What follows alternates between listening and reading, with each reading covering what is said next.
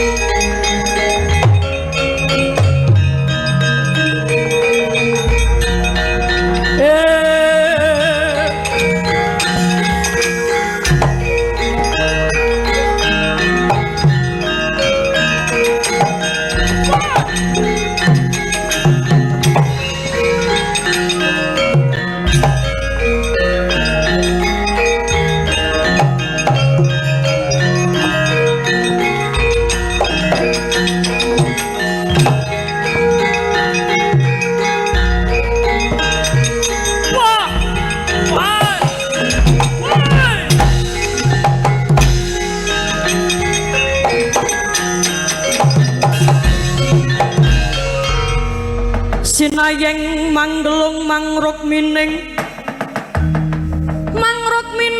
cakra baskara kumiter mijil saking asta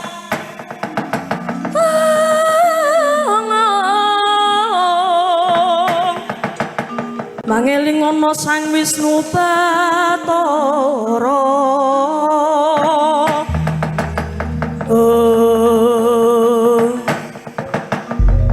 Wah latala iki ana pawongan trusap-trusup ning negaraku.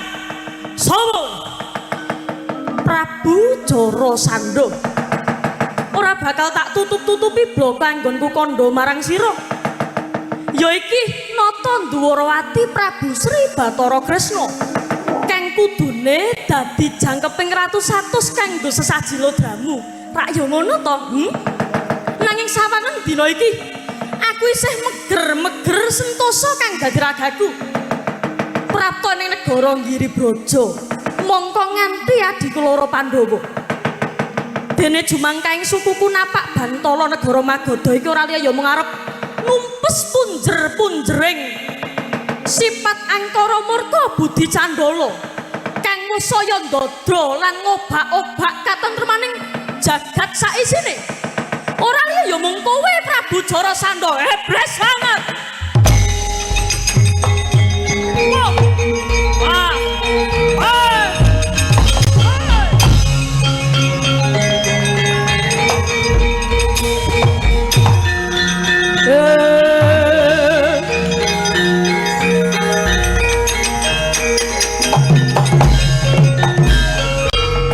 Wah, Ratu Murang Toto. Jebul sediamu arep mateni Prabu Jarasandha. Ayo rubutan wong telu aku ora bakal tinggal loncat kosek Prabu Jarasandha kosek. Kresna kalawan adi-adine kuwi ngugemi sipating satriya utama. Dene sipate satriya utama kuwi yen to ngasurake tandingane kuwi ora bakal kroyokan. Mula kang saka kuwi Prabu Jarasandha. Antarane pawongan telu ning ngarepanmu iki pilihan sapa kang bakal dadi tandinganmu. Oh. Yo, yen pancen nyoto kang dadi kandhamu ayo sing gedhe dhuwure tandinganmu. Werkudara, maju Werkudara.